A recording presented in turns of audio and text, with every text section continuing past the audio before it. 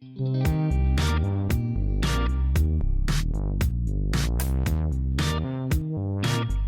would love to introduce someone who we probably all start our morning off with, and someone who probably doesn't need any introduction for those of us who are working in the industry, Inside Higher Ed founder and editor Scott Jascik. For years, Scott has led the editorial operations of Inside Higher Ed, overseeing news content, opinion pieces, career advice, blogs, and other features. He is a leading voice on higher education issues, quoted regularly in publications nationwide, such as the New York Times, the Boston Globe, the Washington Post, Salon, and elsewhere. Scott has also adjudicated or screened for several awarding agencies, to include the National Magazine Awards, the Online Journalism Awards, the Folio Editorial Excellence Awards, and the Educators Writers Association Awards. From 1999 to 2003, Scott was editor of the Chronicle of Higher Education. A native of Rochester, New York, he graduated from Cornell University and now resides in Washington, D.C. Today, he will be giving us his top 10 issues in admissions, an exploration of those issues emerging in higher education and those that are coming back around. We hope you will leave this session with a clear sense of what issues are in play at your college and in higher education at large. It is my pleasure to welcome Scott Jascik. Thank you. It's great to be here at Innovate. It's great. I want to know more about Grandma's tomato sauce. So that's a really clever title, and it's really good to be here with all of you. I really enjoy going to meetings and hanging out with admissions professionals. But right now we got to do some of that online, and that's fine. But I hope in some future years I can meet all of you. I'm going to leave time for questions at the end of the presentation, and please ask anything you want. And I will give questioners a special pass. I will make your questions off the record, so I will not use any of your questions in my news coverage. So, Farzad, do you want to get the slides up while he's getting ready? I just want to say the first slide is going to just be my name and contact information. Please feel free to reach out at any time that you want. The second slide, which I'll get to, is about the pandemic. And it's not one of my top 10 issues, but it sort of relates to so many of the issues. And what does it relate to? Well, first of all, we are still in the pandemic. I don't know how you feel about it, but we are still in a pandemic. There's still people dying. Most people in higher ed have learned how to live with the pandemic, but it's still real. It's still a danger, and it's still something people are thinking about. In admissions, the pandemic is still something that is influencing in a huge way the great. Here we are, and now we go. Yes, perfect. Thanks. It's influencing many of the trends that we'll talk about. And so those are really influenced by the pandemic. But there's another way that I really think we have to acknowledge the pandemic, and that is for all of you. Admissions had no choice but to work during the pandemic. You could do it by trying to do what you were doing before. You could adopt new strategies. You had to learn how to recruit virtually over a distance. And everyone in admissions really had to work hard. And I just think it's important to acknowledge that, because I really appreciate the way all of you have still engaged with Inside Higher Ed while you're doing your very difficult jobs. And even though your conditions that you face are hugely different from campus to campus, you've really put the emphasis on students. And that is truly commendable, and something that I just think deserves praise for all of you. So now let's go to the next slide. And this is a slide about Harvard, Yale, and Princeton, and the University of Michigan and Berkeley. In other words, it's a slide about the elites in higher education. And it's the only one you're going to get about the elites in higher education because they have it good. I don't mean to imply that they don't work hard or that they're not nice people, but they have it much better than I suspect most of the people who are presenting or attending this conference. At Harvard University in April, they offered admission to a total of 1,934 students out of 61,220 applications. That is an amazing statistic, an amazing admit rate of 3.19%. 3.19%. Yale University admitted 2,234 students this year out of more than 50,000 applications. That is a 4.47% admit rate. You know, think back a few years ago, and it was shocking that there were colleges with an admit rate below 10%. Now there are a lot, all of those in this category. Also in the publics. I think one of the interesting things these days is that the publics and privates, both at the elite levels and the non-elite levels, have more in common than people have thought before. At the University of Michigan, they had 84,000 applications this year. That was up 6% in a year. And that's obviously way more than they can squeeze into Ann Arbor or any place. And they're just acting more and more like the elite publics. Now, main thing I want to say about the elites is, look, there's never been a better time to be working at an elite university. They have endowments in the billions. They have and are growing their endowments. They have and are growing their fundraising, et cetera, et cetera. So if, I don't know how many people in the audience are at an elite university, but if you're not, that's okay, because I think you will benefit from the other issues. So let's go to the next slide, please. And so now I want to talk about regional universities. And I'm talking about them public and private. They have a very different situation.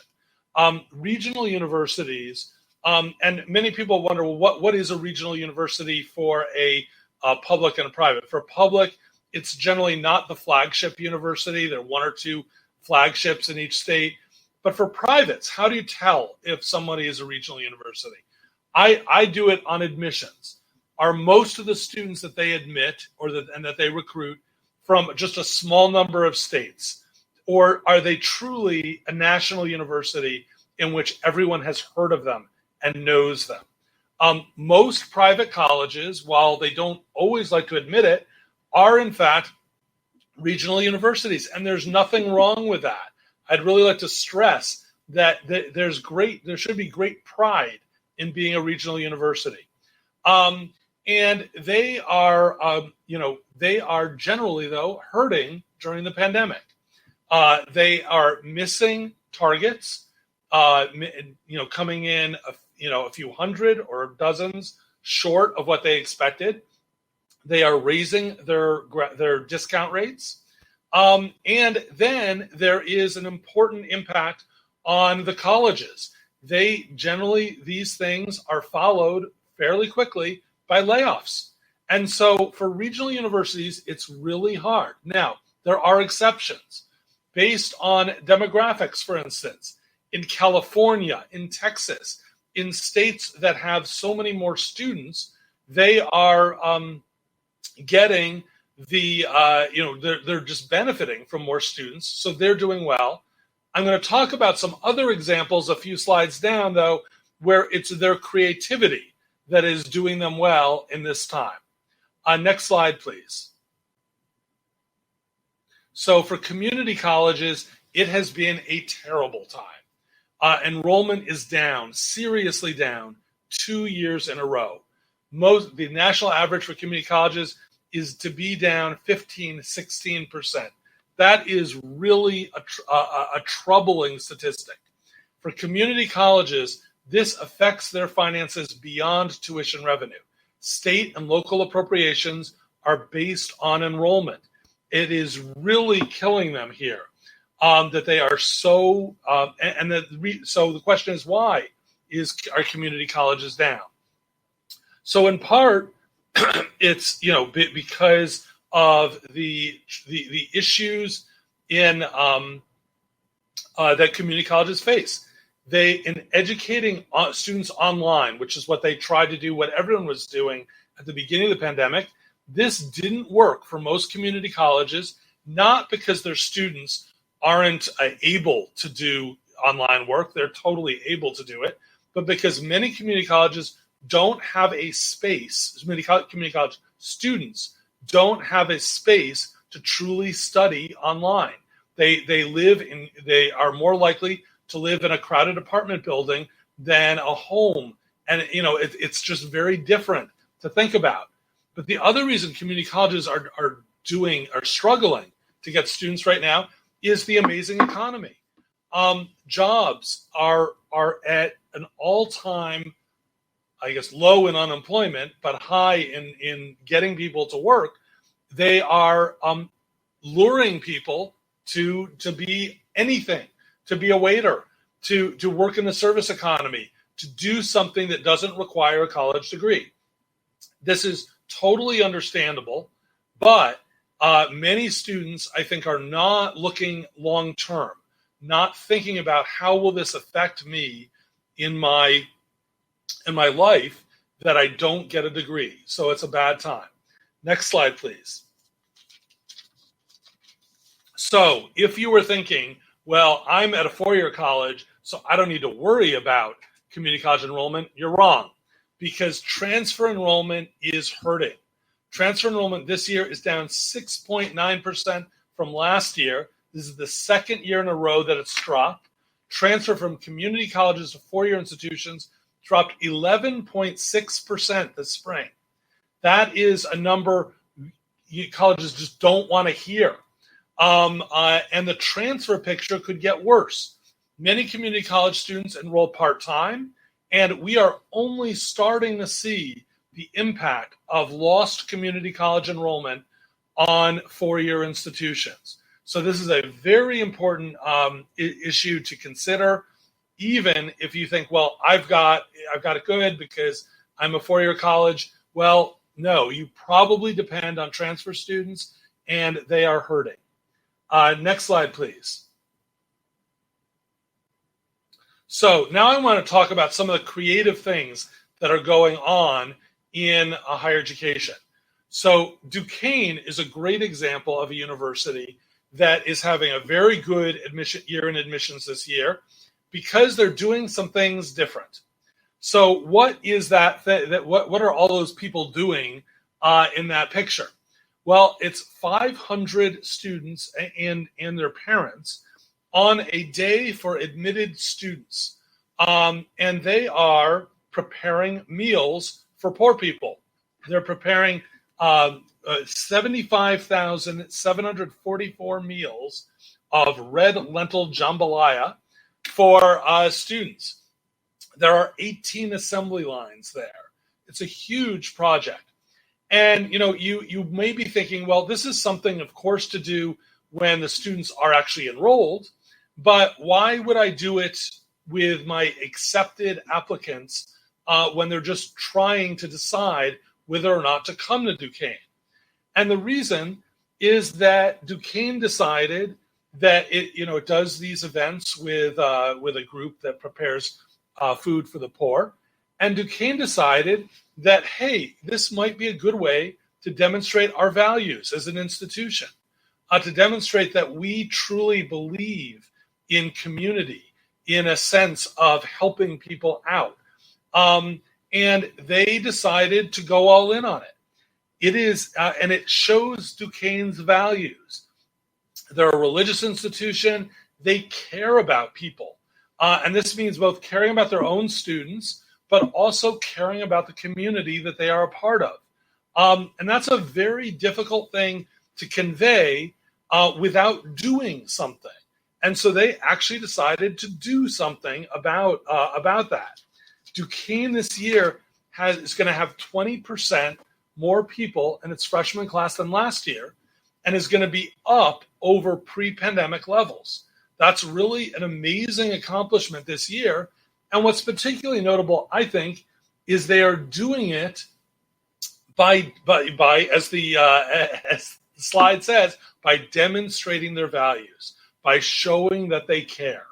And that is in some ways, it's rare to see a college put that message forward in their admitted student days, but maybe more will do it next year. Next slide, please. Now I want to talk about SUNY Oswego. SUNY Oswego is if you picture New York State, is in the southeast corner of where Lake Ontario is, and it's right on the lake. It's beautiful, but it's not exactly an urban hub. It is not New York City. It's not the kind of place that many students, wake up one day in their senior year and say, I want to go to Oswego. So they are focusing on a number of things, and I want to talk about a few. They focused on getting people to Oswego. They bused people to Oswego. And they focused on the faculty role. Faculty members at Oswego traveled to New York City, to Rochester, to Syracuse, all over the state, talking about Oswego and the personalized, and this is will perhaps come up in your tomato sauce session this afternoon, in their personalized approach to admissions and in their personalized approach to the college. Now, the number I want you to look at is not the ones at the top, which jump seemingly the most, but the bottom number, the deposits that Oswego received this year. This year, they went up by 500, from 1,062 to 1,571. Their yield is going to be greater than it was before the pandemic. That is more students they're going to have than in any of these 5 years had applied or been admitted are going to enroll. How did they do this? One was the personalization, but another way that they personalized it was with letters from alumni. And some of the alumni were famous alumni for their communications program and so forth, but they also used non-famous alumni writing to their School of Education potential students and explaining what it's about, why they're coming, why coming would be a good idea, and so forth. And it's important to remember you need to mix it up a little bit. Sure, it's great to have some famous names, but you can also benefit a lot from having a non-famous name who knows what it's like and can speak to that issue. It's really important. And then look at the yield number again and think about what it was like to see yield increase by 50% during the pandemic. Next slide, please. So, international students. And this one, I'm not really sure what I want to say about international students because they still overwhelmingly want to come to the United States. They know the United States, they love the United States, and they know American colleges are great colleges, and they also know the experience of living here and studying here is going to be great. But with COVID-19 and related visa issues, I don't think colleges can count on getting the same numbers of international students that they had before the pandemic. And I don't think they're going to know whether the international students are going to actually enroll until it's truly time for them to come and show up. This is unfortunate. And especially this is because think about what are the big countries that you recruit from. Most colleges are recruiting from China, from India, from Korea. That is not a recruitment level from Western Europe. They probably is a smaller share of students. They are probably less troubled by visa issues. So, and this one, I just want to say you need to wait and see. Now, the best international students to many are the international students who are already in the United States. They are very highly sought after to come to the American colleges, and they're already here. So they tend to not have the same issues that other students have. Next slide, please. Standardized tests are fading. This is very dramatic change in higher education, but one that is going on and that I think is probably here to stay. Most colleges are admitting students, and I'm talking about most four-year colleges, are admitting students without requiring the SAT or ACT. They did it last year, and they generally found it was just fine, and they're sticking with it. Most colleges that have made the switch are fine with it and are saying that they do not pay a price for not admitting with test scores. Some colleges are requiring an extra essay or something to help understand the students more, to help see more about the students, but most colleges are not. They are going with the basis that the best way to evaluate a student is their grades in college preparatory classes, and they are getting a lot out of that.